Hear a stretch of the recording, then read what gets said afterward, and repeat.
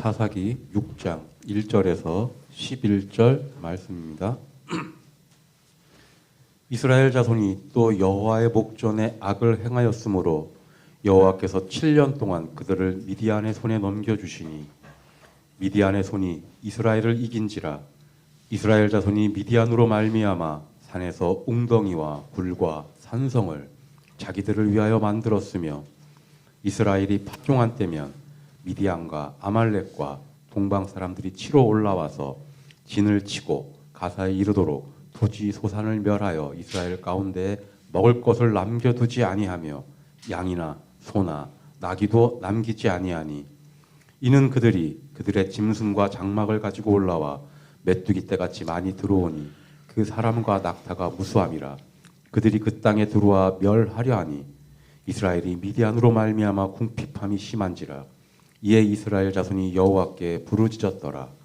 이스라엘 자손이 미디안으로 말미암아 여호와께 부르짖었으므로 여호와께서 이스라엘 자손에게 한 선지자를 보내시니 그가 그들에게 이르되 여호와께서 이같이 말씀하시기를 이스라엘의 하나님 내가 너희를 애굽에서 인도하여 내며 너희를 그 종 되었던 집에서 나오게 하여 애굽 사람의 손과 너희를 학대하는 모든 자의 손에서 너희를 건져내고 그들을 너희 앞에서 쫓아내고 그 땅을 너희에게 주었으며 내가 또 너희에게 이르기를 나는 너희의 하나님 여호와이니 너희가 거주하는 아모리 사람의 땅의 신들을 두려워하지 말라 하였으나 너희가 내 목소리를 듣지 아니하였느니라 하셨다 하니라.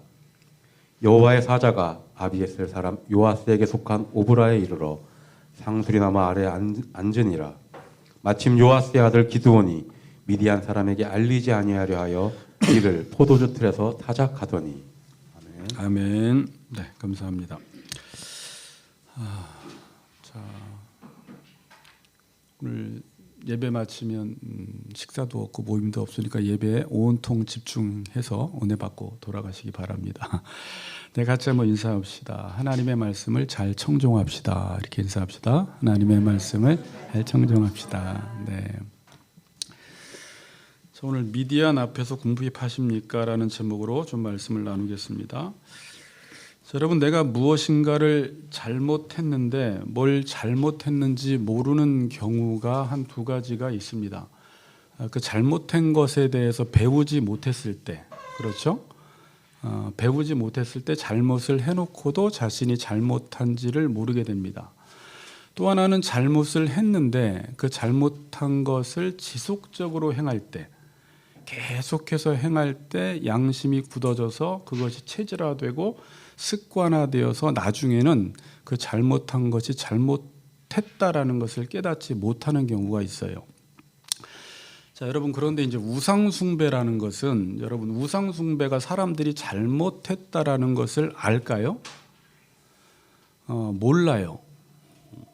제가 이 세가족 교육을 할 때도 우상숭배라는 건 자기 자신을 섬기는 건데 사람들이 자기 자신을 섬기며 자기 자신을 위해서 살아가는 것이 잘못되었다라는 것을 아는 사람들이 거의 없었어요. 그리고 그래서 제가 그 부분을 죄라고 알려줍니다. 근데 우상숭배가 죄고 자기 자신을 위해 사는 것이 죄라는 것을 알려주어도 우리는 또 어떻게 해요? 또 끊임없이 우상숭배를 하며 자기 자신을 위해 살아가요.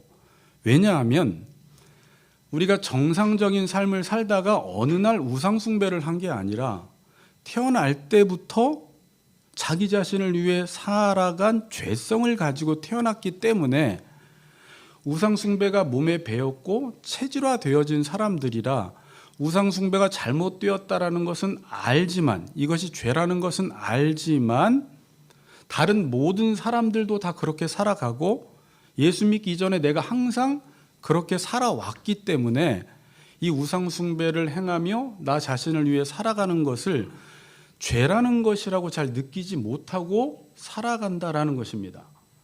이제 이걸 죄의 경향성이라고 해요. 뭐라고요? 죄의 경향성. 어떤 행동이나 생각이 한쪽으로 이렇게 기울어져 있는 거예요. 치우쳐져 있는 것입니다. 그래서 여러분들이 늘 하나님의 말씀을 듣고 내 자신의 죄성, 이 우상숭배 죄성을 죽이지 않으면, 우리 집사님 기도하셨던 대로 날마다 영적 전쟁을 하지 않으면 여러분들도 모르는 사이에 어떻게 살아가냐면 본능적으로 자기 자신을 위해 살아가는 거예요. 그러니까 지금 오늘 아무리 말씀을 잘 듣고 우리가 직분을 받고 신앙생활을 오래 했지만 우리가 매일매일 말씀을 듣고 그 말씀 앞에서 나 자신을 죽이고 그 말씀대로 살아가기 위해서 전쟁을 하지 않으면 우리는 죄의 경향성이 있기 때문에 로마서 3장 11절 말씀대로 다 치우쳐 모든 사람들이 다 죄를 범하고 있기 때문에 매일매일 영적 전쟁을 하지 않으면 말씀을 듣고 청종하고 의지를 발동시켜서 그 말씀대로 살지 않으면 여러분은 어느새 그냥 우상 숭배를 하고 있더라는 것입니다. 자, 오늘 본문을 이제 한번 봅시다. 본문 1절을 우리 다 같이 한번 읽겠습니다. 1절 시작. 이스라엘 자손이 또 여호와의 목전에 악을 행하였으므로 미디안의 손에 넘겨주시니. 네. 이스라엘 자손이 또 여호와의 목전에 악을 행하였으므로 여호와께서 7년 동안 그들을 미디안의 손에 넘겨주시니. 자, 이 말이 좀 나오지 않았으면 좋겠는데 앞으로 사사기에서 계속 나와요. 이스라엘 자손이 또 여호와의 목전에서 악을 행했다라는 말은 뭘까요? 그러면 이들이 40년 동안 드보라로 인하여 평안한 삶을 살다 보니까 영적 긴장감이 풀어져서 뭐하는 일을 등한시했다는 거예요. 하나님의 말씀을 듣는 일을 등한시했어요. 어쩌면 말씀은 들었는지도 모르지만 그냥 듣고 흘려버렸고 그 말씀대로 살려고 몸부림치지 않는 순간이 오래되면서 그들은 또 여호와의 목전에 악을 행하게 된 것입니다. 악을 행하게 되니까 여호와께서 어떻게 해요? 그 악에 대해서 7년 동안 그들을 미디안의 손에 넘겨주셨습니다. 자, 악이 뭐라고 했습니까? 사사기 공식에서 배웠죠. 사사기 2장 13절에서 15절에 보면 악이 뭐라고 했어요? 여호와를 버리고 바알과 아세라를 섬기는 것이 악이죠. 여전히 하나님께서 이들이 악을 행하시니까 여호와의 손이 그들에게 재앙을 내렸습니다. 그리고 괴로움이 심해지는 것입니다. 지금 오늘 본문에서는 여호와께서 그들을 미디안의 손에 넘겨주십니다. 그리고 미디안을 강하게 하셨어요. 미디안이 이기게 하셨다라는 것은 미디안을 강하게 하셨다라는 것입니다. 자, 보세요. 이 사건에 대해서 하나님의 관점으로 한번 보세요. 하나님은 지금 이스라엘이 무엇이 잘못됐는지 분명히 아시고 잘못에 대해서 징계를 하신 것입니다. 이스라엘을 미디안의 손에 넘기셨고 2절에 나온 대로 미디안의 손을 강하게 하셨다. 이 강하게 하셨다라고 왜 번역했는지 모르겠지만 찾아보니까 이건 이기게 하신 거예요. 미디안이 이기게 하신 것입니다. 그런데 이스라엘 편에서 볼 때는 미디안이 자신을 억압하고 이기고 있는 현상은 아는데 지금 미디안이 이스라엘을 괴롭히고 있잖아요. 억압하고 있잖아요. 그러니까 미디안이 자신들을 괴롭힌다라는 것은 아는데 왜 지금 미디안이 자신들을 억압하고 괴롭히고 있는지는 몰라요. 미디안이 괴롭히는 것은 당연히 괴롭히고 있으니까 현상적으로 아는데 왜 지금 나의 삶 속에 미디안이 발생돼서 나의 삶을 이렇게 힘들게 하고 있는지는 모른다라는 것입니다. 지금 미디안이 이스라엘을 억압하는 이유가 뭐예요? 이스라엘 백성들이 또 악을 행했기 때문에 하나님께서 이스라엘을 미디안의 손에 넘겨버리신 것입니다. 자, 미디안이 억압을 하는데 이유는 모릅니다. 그런데 미디안은 계속 공격을 하니까 지금 나름대로 미디안을 극복해 보려고 이스라엘 백성들이 노력을 하겠어요? 안 하겠어요? 나름 이 문제를 해결해 보려고 노력을 합니다. 그때나 지금이나 노력을 합니다. 어떤 대안을 마련하냐면 2절입니다. 미디안의 손이 이스라엘을 이긴지라 이스라엘 자손이 미디안으로 말미암아 산에서 웅덩이와 굴과 산성을 자기들을 위하여 만들었으며. 자, 앞으로 이제 미디안으로 말미암아라는 단어를 저자가 의도적으로 사용하는데 미디안의 손이 이스라엘을 이긴지라 이스라엘 자손이 누구로 말미암아?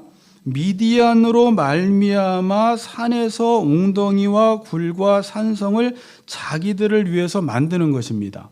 자, 근데 미디안으로 말미암아라는 말은 파님이라는 이제 얼굴 면전이라는 뜻인데 미디안의 면전에서 그리고 구약 성경에서는 이 내용이 이 미디안으로 말미암아라는 것이 관용적인 문구로 사용되고 있습니다.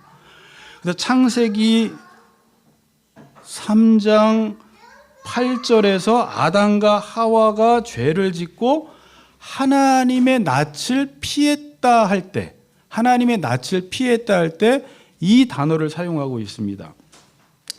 자, 미디안으로 말미암아 지금 고난을 당하니까 이 미디안을 피해서 이스라엘 백성들이 어떤 대책을 마련했다라는 거예요. 산에서 웅덩이와 굴과 산성을 만들었습니다. 그런데 이렇게 한다고 해서 문제가 해결이 될까요? 안 될까요?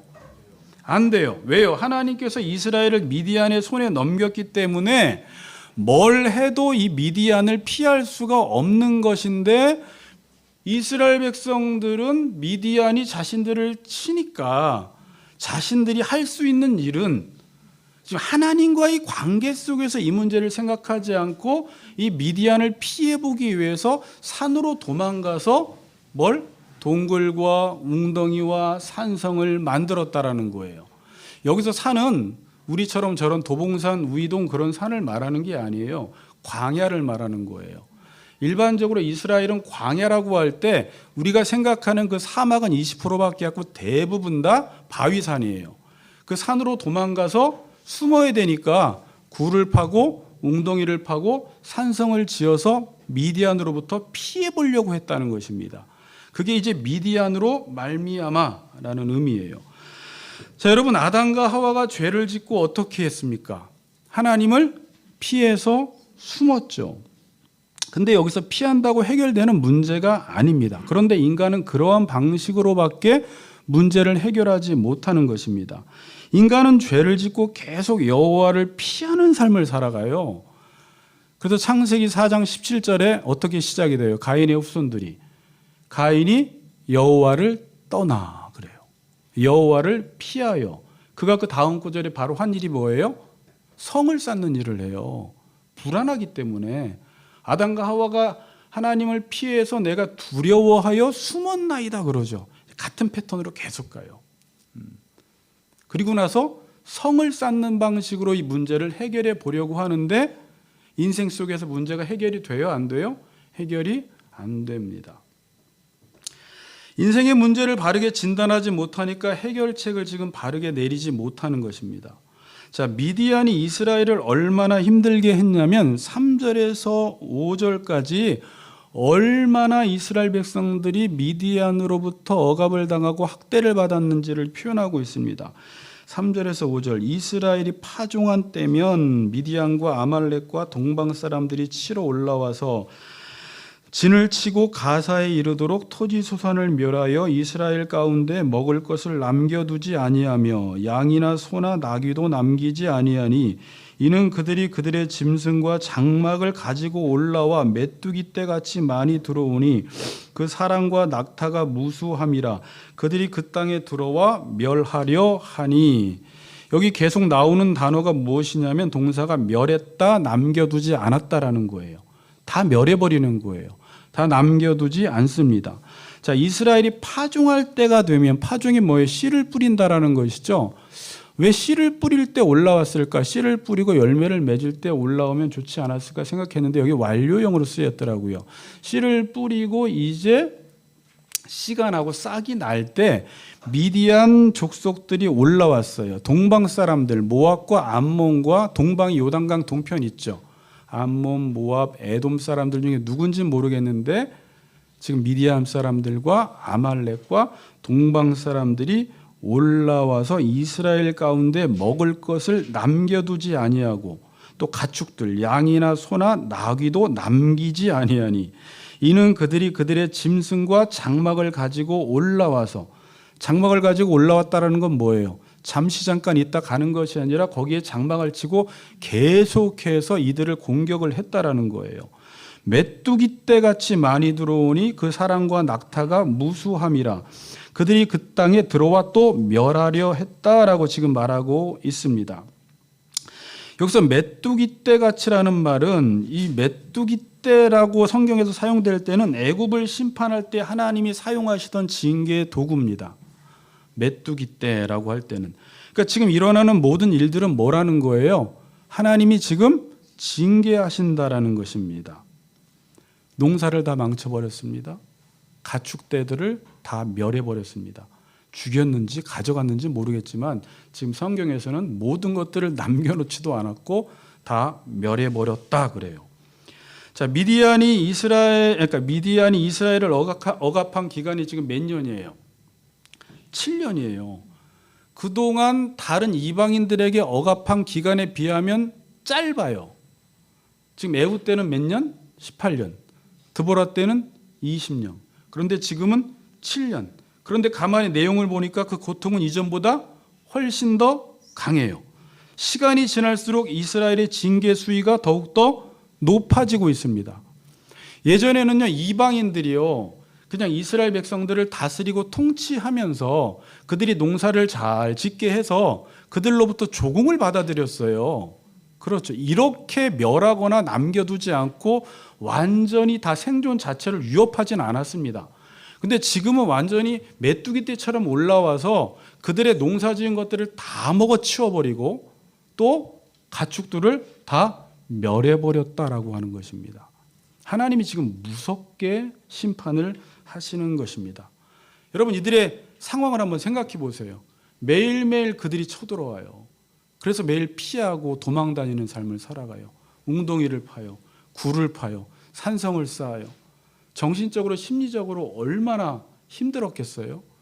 그리고 지금 먹을 게 없어요. 농사 지은 것들을 다 먹어버렸어요. 생존 자체가 위협을 당하는 것입니다. 육체적으로, 정신적으로, 심리적으로 너무 힘든 상황 가운데 있습니다.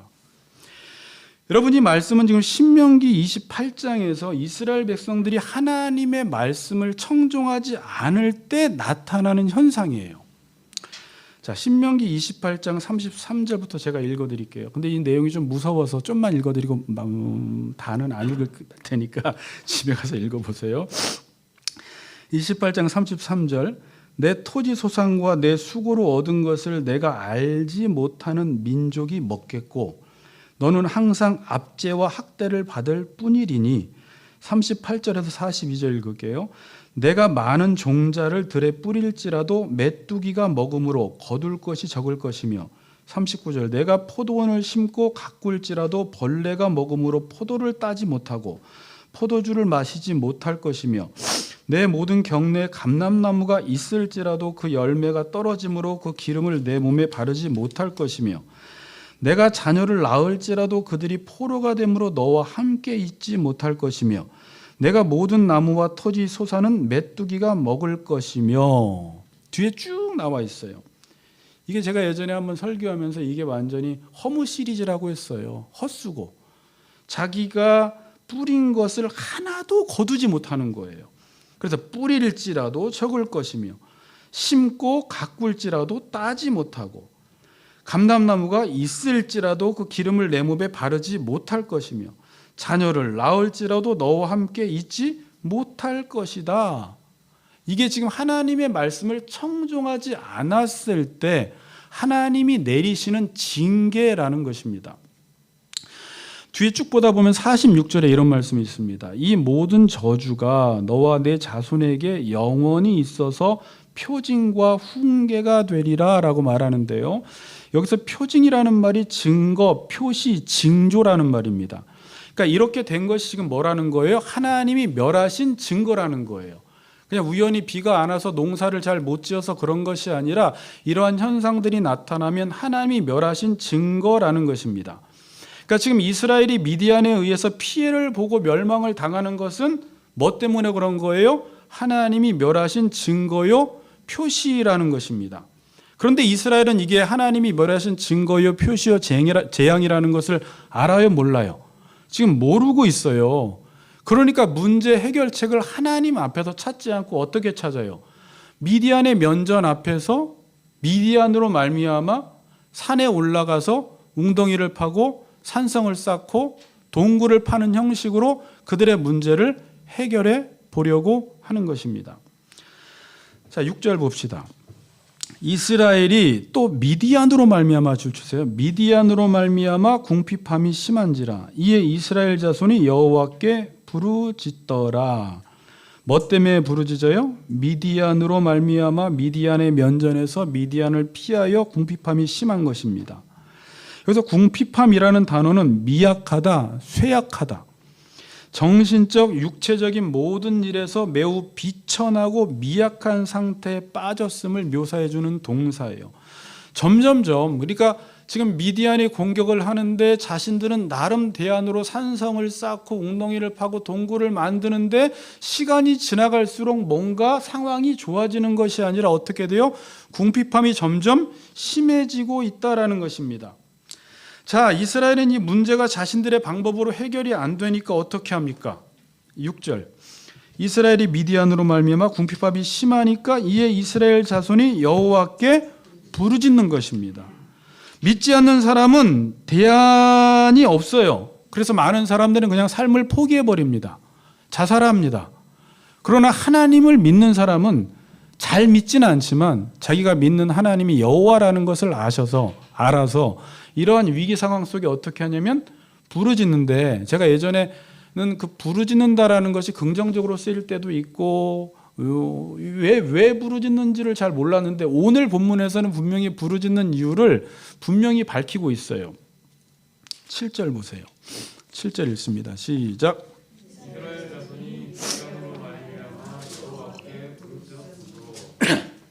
왜 부르짖었대요? 이것도 또 미디안으로 말미암아 여호와께 부르짖었다라는 것입니다. 하나님, 미디안 때문에 못 살겠습니다. 사는 게 너무 힘듭니다. 사는 게 너무 고단합니다. 내 힘으로는 아무 대안도 없습니다. 하나님 도와달라고. 그냥 도와달라고. 지금 이 상황이 너무 힘드니까 미디안으로부터 더 피하고 우리를 안전하게 지켜달라고 하나님께 부르짖었겠죠. 자, 이전에는 하나님께 이렇게 부르짖으면 하나님이 어떻게 하셨죠? 지금까지 사사기 패턴으로는 딱 부르짖으면 바로 어떻게 했어요? 하나님이 구원자를 세워주셨어요. 근데 지금은 바로 구원자를 세워주시지 아니하시고 이들이 무엇을 잘못했는지조차도 알지 못하는 이들에게 누구를 보내세요? 선지자를 보내십니다. 7절 보세요. 여호와께서 이스라엘 자손에게 한 선지자를 보내십니다. 그리고 선지자가 와서 쭉 무슨 이야기를 하는데 앞에 있는 부분들은 이따가 제가 설명을 드리고 10절에 보니까 이유가 뭐라고 지금 하나님이 말씀하세요. 이유가 뭐예요? 너희들이 이렇게 된 이유가 뭐야? 너희가 내 목소리를 청종하지 않았다라는 것입니다. 단순히 지금 여러분 하나님 말씀 지금 청종하고 있습니까? 이 마이크에서 소리는 들려서 듣고는 있을 수 있어요. 그리고 이 말씀을 이해까지 할 수 있어요. 그렇지만 그 말씀대로 듣고 순종하지 않으면 청종하지 않은 것입니다. 그래서 청종하지 않았다라는 것은 듣고 그 말씀대로 살지 않았어요. 40년 동안 드보라로 인하여 평안한 그 시기에 먹고 살만하니까 등 따뜻하고 배부르니까 우리가 어떻게 했어요? 다시 우상 숭배를 한 거예요.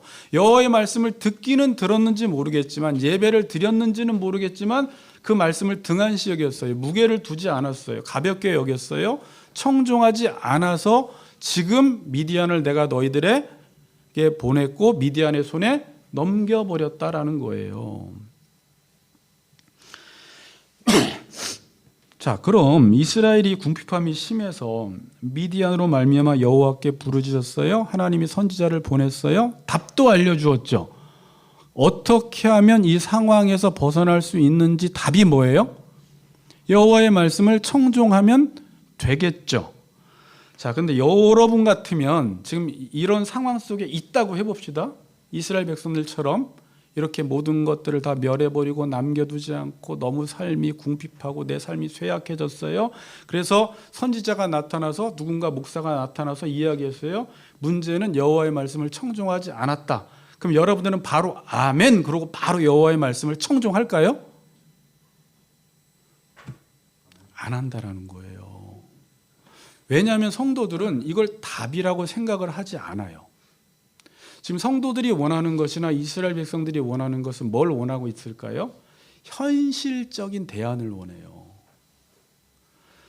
산성을 더 높이 쌓는다든지 이 미디안을 물리쳐 주신다든지. 여기서 웅덩이라는 것은 우리가 에레미야서 2장 13절에 나온 대로 터진 웅덩이에요. 아무리 파봤자 계속 새는 웅덩이에요. 웅덩이를 더 깊이 파주시던지 돈 문제를 해결해 주시든지 사업의 문제를 해결해 주시든지 자녀의 문제를 해결해 달라고 구체적인 대안을 원하지, 이런 답을 주었을 때 뻔한 답이라고 생각해서 답이긴 답인데 이게 답이라고 생각을 안 합니다. 그래서 보통 사람들이 이러한 대안을 주면 하는 말이, 나는 지금 산성을 쌓니라고 하나님 말씀 들을 시간이 없다라고 이야기를 해요. 내가 지금 너무 문제가 많기 때문에 문제를 해결해야 되니까 난 지금 하나님의 말씀에 순종할 여력과 기운도 없다라는 거예요.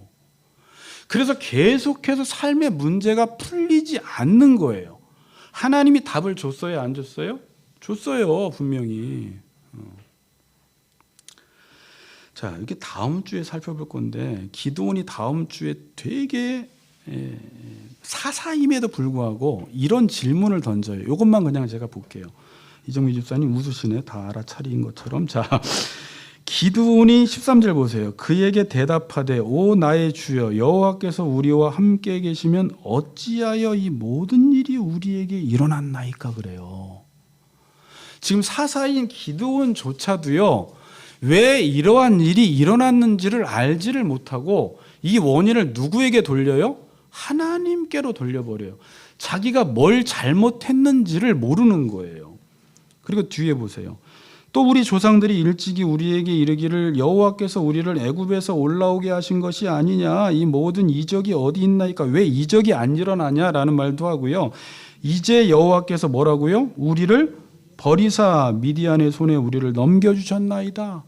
하나님이 우리를 버렸고 하나님 어찌해서 우리에게 이러한 일이 일어났냐라고 자신들의 죄를 보지 못하고 이걸 하나님께 질문하고 하나님께 따지는 것입니다. 누가?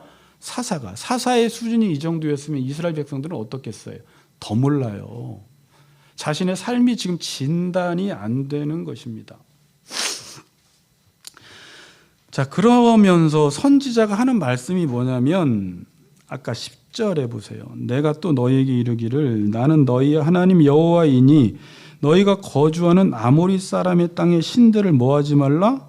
두려워하지 말라 하였으나 너희가 내 목소리를 청종하지 아니했다라고 이야기를 합니다. 자, 이스라엘 백성들이 왜 우상 숭배를 하는 거예요? 여러분, 왜 사람들이 자꾸 우상 숭배를 해요? 하지 말라고 해도 두려워서 그래요. 아모리 사람이시는 가나안 땅의 신들, 가나안 백성들의 삶의 방식, 가나안 땅에서 사는 자체가 두려운 거예요. 여러분, 삶 자체는 두렵습니다. 우리 종혁이, 종윤이, 집사님, 저 하나님을 믿지 않으면 모든 게 불확실하기 때문에, 불안하기 때문에 두려워요.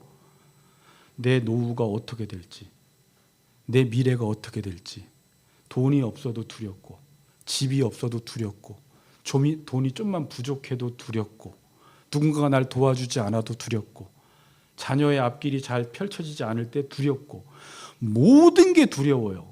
여러분, 사람들이 모든 게 두려우니까 어떻게 해요? 가나안 땅 백성들은요, 그냥 경쟁하지 않으면, 이기지 않으면, 저 사람이 나를 죽이지 않으면, 내가 저 사람을 죽이지 않으면 패배하는 인생이 될 수밖에 없기 때문에 그 두려움을 극복하기 위해서 뭘 하냐면 바알과 아세라를 섬겨요. 뒤에 여러분들이 내용을 다 읽고 오셨어요? 25절에 보세요.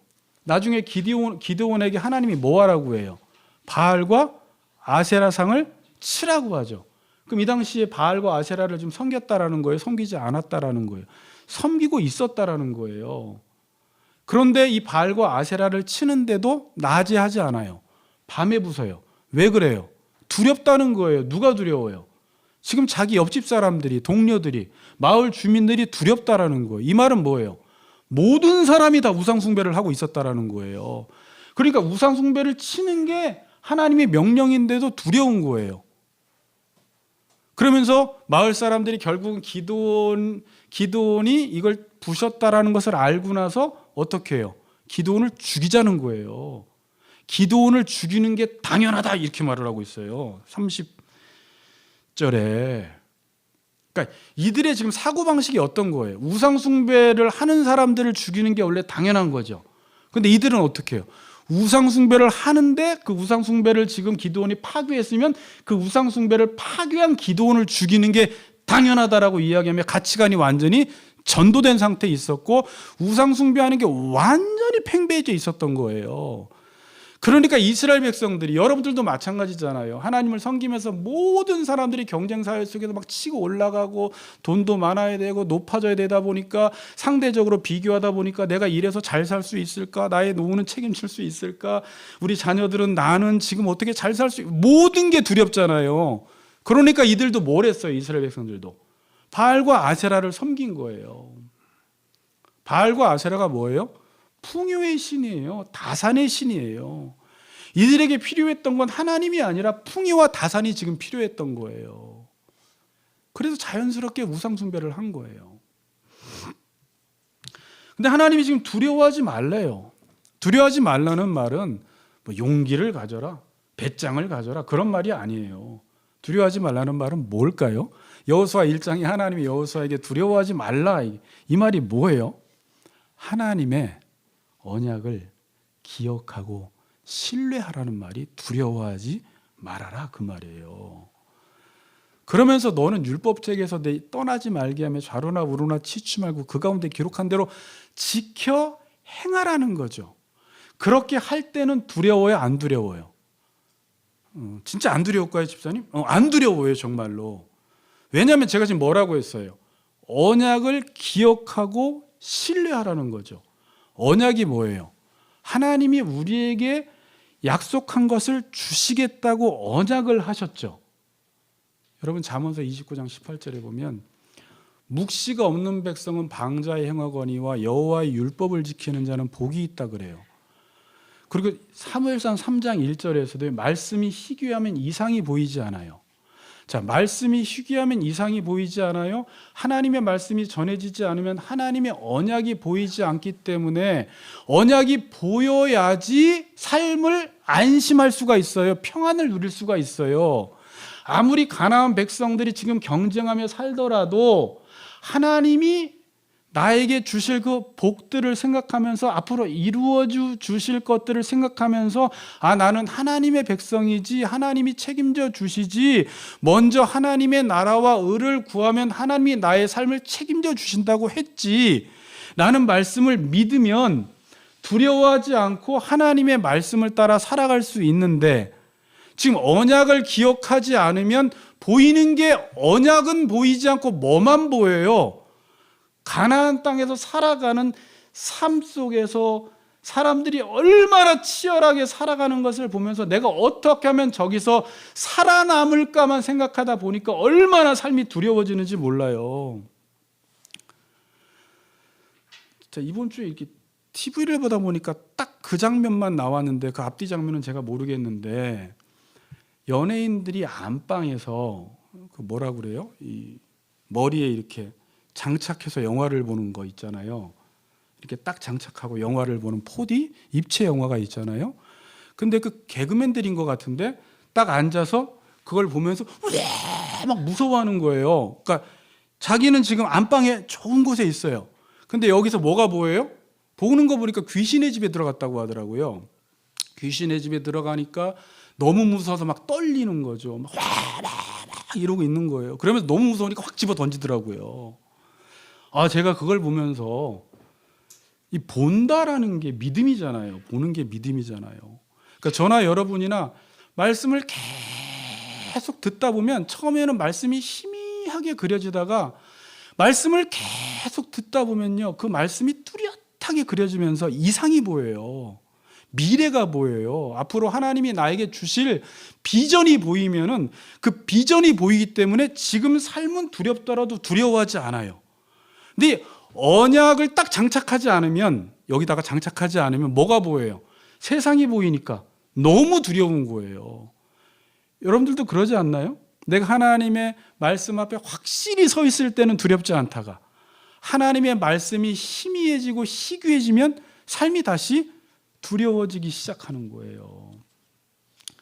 여러분 근데 말씀도 이렇게 한번 대충 봐서 두려움이 물러가는 게 아니에요. 깊이 들여다봐야 돼요. 깊이 묵상을 해야 돼요. 끊임없이 묵상을 하고 그 말씀을 내 안에 새겨야 돼요. 그럼 세상과 나는 간 곳 없고 뭐만 보여요? 구속한 주만 보이로다 그래요. 그래서 묵시가 없는 백성은 방자히 행한다라는 말이요, 망한다라는 말이에요. 하나님의 계시가 없는 백성, 비전이 없는 백성은 망한다. 말씀이 희귀하면 뭐가 안 보여요? 이상이 보이지 않아서 그냥 현실에 타협하게 돼 있어요, 삶이. 그래서 현실이 그렇게 두려운 거예요. 그럼 두려울 때는요, 산성 쌓고 웅덩이 파고 막 이런 일에 매진할 게 아니라 우리는 뭘 해야 돼요? 하나님이 나를 향한 계획이 뭐냐? 하나님이 나를 향한 약속하신 것이 무엇이냐를 생각하면서 나아가야 돼요. 누가 그랬어요? 여호수아가 모세를 따라다닐 때 그랬어요. 온전히 주님을 쫓았어요. 그리고 하나님이 여호수아 1장에서 주신 말씀도 뭐예요? 가나안 땅에 들어가면 두려울 거다. 무서울 거다. 그런데 그거 보지 말아라. 내 율법 책만 묵상해라. 그럼 반드시 형통할 거다라는 것이죠. 그럼 여러분들은 두려울 때 뭐 해야 돼요? 믿음으로 살아야 돼요. 믿음이 뭘까요? 믿음은 바라는 것들의 실상이라고 했죠. 기억나시나? 실상이라는 말이 무엇 아래에 있다라는 말이었죠. 근거라는 말이에요. 믿음은 근거, 하나님이 근거라는 거예요. 그 믿음은 하나님이 근거가 되셔서 모든 것들을 보니까 하나님을 근거로 삼고 모든 것들을 보니까 우리의 삶 속에 확신이 생기는 거예요. 자, 근데 이제 선지자가 나타나서 아까 이제 못했던 이야기 할게요. 너희들의 죄는 여호와의 말씀을 청종하지 않았다라는 말을 하기 전에 8절, 9절을 한번 읽어봅시다. 8절, 9절 제가 읽어볼게요. 여호와께서 이스라엘 자손에게 한 선지자를 보내시니 그가 그들에게 이르되 여호와께서 이같이 말씀하시기를 이스라엘의 하나님 내가 너희를 애굽에서 인도하여 내며 너희를 그 종되었던 집에서 나오게 하여 애굽 사람의 손과 너희를 학대하는 모든 자의 손에서 너희를 건져내고 그들을 너희 앞에서 쫓아내고 그 땅을 너희에게 주었으며. 갑자기 선지자가 딱 나타나더니 무슨 이야기를 해요? 지금 이들이 바랬던 말은 뭘까요? 이스라엘 백성들이 선지자들로부터 바랬던 말은 어떻게 하면 지금 미디안을 피해서 자신들이 안전을 보호할 수 있을까? 이 말씀을 바랬는데 지금 선지자가 처음 나타나서 이스라엘 백성들에게 해주는 말은 뭐예요? 그런 말을 해주는 게 아니라 너희들이 누구며 너희들이 지금 이곳에서 왜 살게 되었는지를 기억하라는 거예요. 지금 다른 말을 해주는 게 아니라. 그러면서 과거로 돌아가서 너희들을 애굽 땅 종되었던 곳에서 너희를 하나님이 인도해 내셨다. 나오게 하며 9절에 애굽 사람의 손과 너희를 학대하는 모든 자의 손에서 너희를 건져냈다. 그리고 너희 앞에서 그들을 쫓아냈다. 그러니까 애굽에서 너희들을 건져내어서 너희들을 그 땅을 너희에게 주었다라고 이야기해줘. 그럼 이 말이 뭐예요? 너희들은 이방 백성이 아니라는 거예요. 너희들은 과거에 애굽에서 종살이하고 있었는데 종살이하고 있었을 때는 네가 네 힘으로 네 인생을 책임져야 하니까 바알과 아세라 이방 신들 우상 숭배를 할 수밖에 없었지만 내가 너희들을 그 애굽으로부터 건져내어서 가나안 땅에 보내준 이유는 뭐예요? 하나님 나라 다시 생각해 보세요. 하나님의 백성 만들어주시고 하나님이 그 땅을 이스라엘 백성들에게 주신 이유는 뭐예요? 그들이 그곳에서 뭐 하라고? 하나님의 언약대로 율법대로 살라고. 율법대로 살기만 하면 뭘 받아요? 복을 받는다라는 거예요. 너희들의 생존은 너희들이 경쟁에서 이기는 방식으로 생존하는 것이 아니라 너희들은 하나님의 백성이기 때문에 하나님의 자녀요.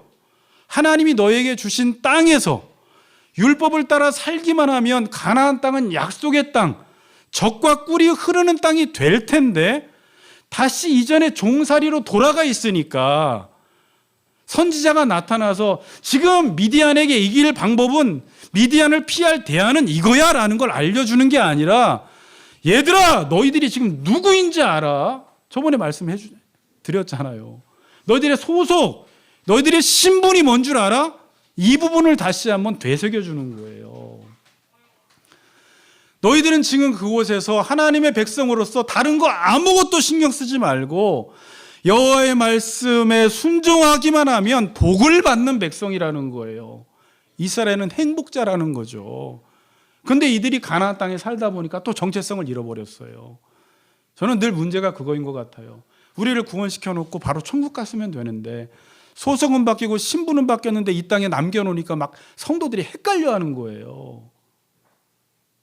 그러면서 또 자기가 가나안 백성의 삶의 방식대로 먼저 하나님의 나라와 의를 구하지 않고 먹을 것, 입을 것, 마실 것 걱정하면서 삶의 두려움의 문제를 이들처럼 해결해 보려고 하면서 어찌하여 하나님 우리를 버리셨습니까? 하나님 어찌하여 우리에게 이런 일이 일어났나이까?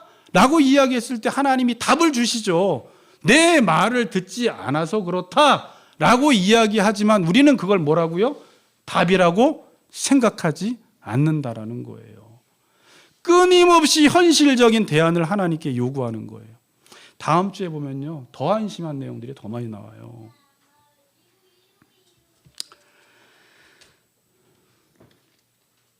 이스라엘 백성들은요, 이 문제를요, 이스라엘 면전에서 해결하면 그러니까 미디안의 면전에서 해결하면 안 돼요. 누구 앞에서 해결해야 돼요? 하나님의 면전, 하나님 앞에서 해결돼야 돼요. 여러분, 지금 이 내용을 만약에 뉴스로 만들면 지금 이 시대와 비슷해요. 크리스찬들이 우상숭배를 해서, 교회가 우상숭배를 해서 하나님이 우리를 미디안의 손에 넘겨버렸어요. 넘겼다라는 걸 어떻게 할 수 있냐면 사람들이 지금 삶의 방식을, 믿는 사람들조차도 성을 쌓는 방식으로, 더 높은 성을 쌓아서 자신의 안정을 유지하려는 방식으로 살아가는 것 보니까 우리가 지금 미디안의 손에 넘어간 거예요.